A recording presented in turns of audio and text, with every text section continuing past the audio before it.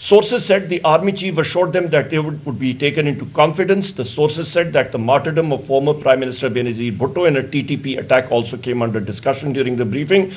adding that it was stressed that the agreement should be reached while keeping in view the sentiments of the families of the martyrs. Number 1,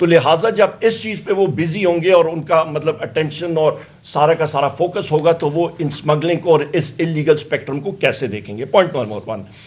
point number 2 جناب والا انہوں نے بات کی کہ terrorism جو ہے وہ تب ہوگا جب گورننس کے بارے میں انہوں نے بات کی اور بالخصوص کے پی کو انہوں نے اٹھایا. سندھ اور بلوچستان اور پنجاب جو ہے ان کی آنکھوں سے وہ اوجل ہو گیا. جہاں پہ آپ کچے کے ڈاکوؤں کی بات کرتے ہیں وہ ان کو نظر نہیں آیا. تو لہٰذا کے پی کے حوالے سے میں بات کروں گا کہ فیصل امین خان گنڈاپور صاحب ممبر نیشنل اسمبلی جو ہیں انہوں نے کل زبردست ٹویٹ کی ہوئی ہے اور انہوں نے یہ بتایا کہ اس وقت جناب والا کے واحد صوبہ ہے جس نے آپ کے آئی ایم ایف کے ڈیل کو کرنے کے لیے انہوں نے پروونشل سرپلس دیا. پنجاب جو ہے وہ خسارے میں. آپ کا جناب والا اس وقت صحت کارڈ پہ 30.3 ارب روپے جو ہے وہ کے پی حکومت نے مطلب سپینڈ کیا ہے, خرچ کیا ہے, باوجود اس کے کہ مرکزی حکومت نے, وفاقی حکومت نے کے پی کا تقریباً 1500 ارب روپے وہ ادائی نہیں کیا جو انہوں نے ادائی کرنی ہے. 1500 ارب روپیہ خواتین و حضرات خیبر پختونخوا کا وفاقی حکومت نے دینا ہے, اس نے ادائی نہیں کیا. اور یہ جو ہے یہ سب کا سب کے پی اپنے وسائل سے کر رہا ہے اور اس کے اوپر تیمور خان جھگڑا صاحب جو فائنانس منسٹر کے پی کے رہے ہیں یہ بھی اچھے طریقے سے بتائیں گے. اسی طرح ادویات دیتے رہے ہیں, گندم دیتے رہے ہیں, یہ سب کا سب جو ہے شودا پیکج جو ہے وہ دیتے رہے ہیں, یہ سب کا سب کے پی دیتا رہا ہے. مرکز نے کیا کیا کے پی کے لیے, یہ ایک چیز آ گئی. اچھا, اس کے بعد آپ آ جائیں خواتین و حضرات فیکٹ نمبر 3 ایگزیبٹ نمبر 2 کے حوالے سے کہ آپ اس پہ آ جائیں. اور یہ میں آج کی ڈان کی اخبار کے حوالے سے بات کر رہا ہوں, وہاں پہ یہ آرٹیکل آیا, میں اس سے یہ دیکھ رہا ہوں کہ یہاں پہ یہ میں ابھی کوٹ کر رہا ہوں اس اخبار کو. No one at the press briefing reminded the general that even after P T I's departure in 2022 the military kept advocating talks with TTP in an in-camera parliamentary briefing on 5th July 2022. یہ بھی پی ٹی آئی کی government ختم ہو چکی تھی, vote of no confidence ہو چکا تھا, جو P D M کا وزیر اعظم وہ شہباز شریف آ چکا تھا, which was attended by the then Army Chief General Qamar Bajwa, the then ISI Chief Lieutenant General Nadeem Anjum and the then Peshawar Corps Commander Lieutenant General Faiz Hamid. Parliamentarians were told that the reconciliation process with TTP was underway for ensuring the safety of the borders. خواتین و حضرات, دودھ کا دودھ پانی کا پانی یہاں پہ آ گیا, صاف ستھری بات ہے. آپ کو میں نے ایگزیبٹ نمبر 2 کا فیکٹ نمبر 3 جو ہے وہ پڑھ کے سنا دیا. 5 جولائی 2022 کو پاکستان تحریک انصاف کی حکومت نہیں تھی, ہم اسمبلی سے چلے گئے تھے. آپ کے اس وقت کے آرمی چیف اور ان لوگوں نے اور پی ڈی ایم گورنمنٹ نے یہ کہا کہ ہمارے مذاکرات چل رہے ہیں ٹی ٹی پی کے ساتھ. تو پھر بات کہاں پہ گئی؟ دیکھیں میں پھر بات کرتا ہوں, یہ انٹرنیٹ کا دور ہے, یہ کوئی ڈون, یہ اس کا پاکستان ٹائمز کا دور نہیں رہا.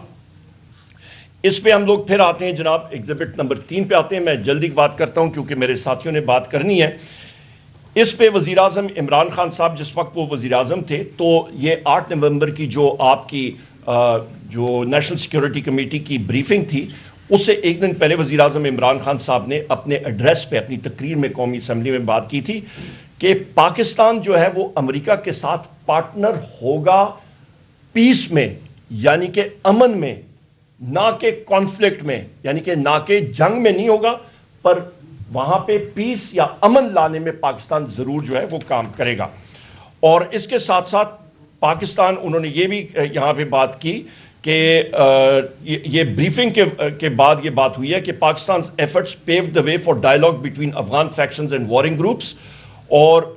یہ بھی بات کی گئی اس بریفنگ میں کہ Islamabad, it was also noted that due to Islamabad efforts meaningful talks have begun between the U S and the Taliban,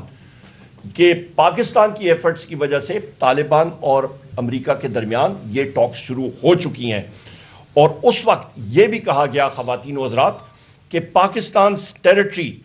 is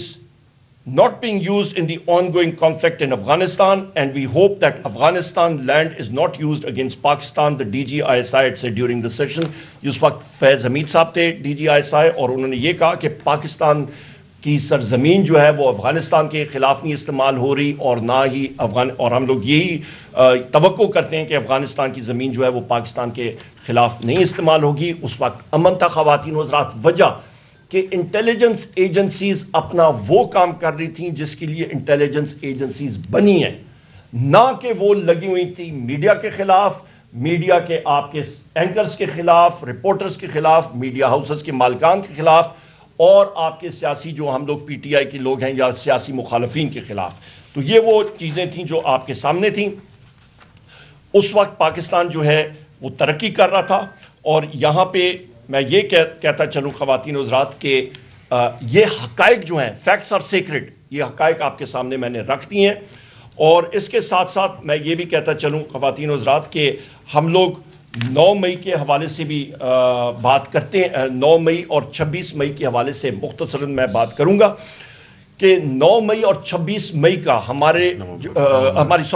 26 نومبر اور 9 مئی کے حوالے سے میں معذرت چاہتا ہوں, 26 نومبر اور 9 مئی کے حوالے سے کہ ہماری مذاکراتی ٹیم کا ایک یہ ڈیمانڈ بھی ہے, اولین ڈیمانڈز میں ہے کہ ان کے اوپر آپ کے کمیشنز بیٹھیں, انڈیپینڈنٹ جوڈیشل کمیشنز ہو کہ دودھ کا دودھ پانی کا پانی ہونا چاہیے. آپ کے جو 9 مئی کی تحقیقات ہونی چاہیے ان میں وہ سی سی ٹی وی فوٹیجز آنی چاہیے, اور اس کا تعلق ڈاکٹر بابر اعوان صاحب ملٹری کورٹس کے حوالے سے بھی کریں گے, کیونکہ ملٹری کورٹس میں جو آپ کا جوڈیشل آفسر یا پریزائڈنگ افسر ہوتا ہے, عموماً کرنل ہوتا ہے, اس کے پاس جائگ برانچ ایک پھڑپھڑا دے دیتا ہے, وہ انہوں نے مطلب پڑھ کے سینٹنس جو ہے وہ سنا دیا اور لوگوں کو انہوں نے اندر کر دیا. ڈیفنس کو وہ رائٹ نہیں ہوتا کہ وہ جا کے ان چیزوں میں جا کے دیکھے, اور انشاءاللہ تعالی یہ چیزیں آپ کی ہائی کورٹ میں اور سپریم کورٹ میں اوورٹرن ہو جاتی ہیں, اور اس پہ ہمارے اسیران میں جن میں حسان نیازی صاحب ہیں اور باقی اور سارے ہمارے اسیران ہیں جن کو یہ سزا ہوئی ہے, اس چیز کو ہم لوگ ملٹری کورٹس کو کنڈیم کرتے ہیں. یہ ٹرائیکاٹمی آف پاور کے اگینسٹ ہے کہ ملٹری جو ہے وہ آرٹیکل 7 میں آپ کا میں بریفلی بتاتا ہوں. آرٹیکل 7 میں اسٹیٹ کیا ہوتی ہے, آپ کی نیشنل اسمبلی, سینٹ, آپ کی مرکزی فیڈرل حکومت, آپ کی صوبائی حکومتیں, صوبائی اسمبلیز, آپ کے وہ ادارے جو ٹیکس عائد کر سکتی ہیں,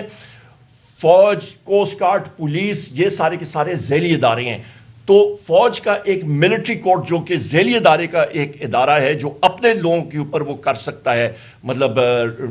انفورس کر سکتا ہے ڈسپلن, وہ اٹھ کے جو 3 ستون ہیں آپ کے ریاست کے, جس میں جوڈیشری ہے, جس میں ایگزیکٹو ہے اور جس میں پارلیمان ہے, وہ جا کے جوڈیشری کا رول سویلینز کے حوالے سے وہ یوزرپ یا نہیں اس کو لے سکتا. اس کے اوپر میں یہاں پہ آتا ہوں کہ اس وقت جناب والا آپ کا فیڈرل منسٹر یعنی کہ محسن نقوی جو انٹیریئر منسٹر ہے اس وقت, اس نے واضح طور پہ آن ریکارڈ ہے, آپ پریس کے ساتھیوں نے کور کیا تھا کہ ڈی چوک ہم لوگ 5 منٹ میں کلیئر کر دیں گے,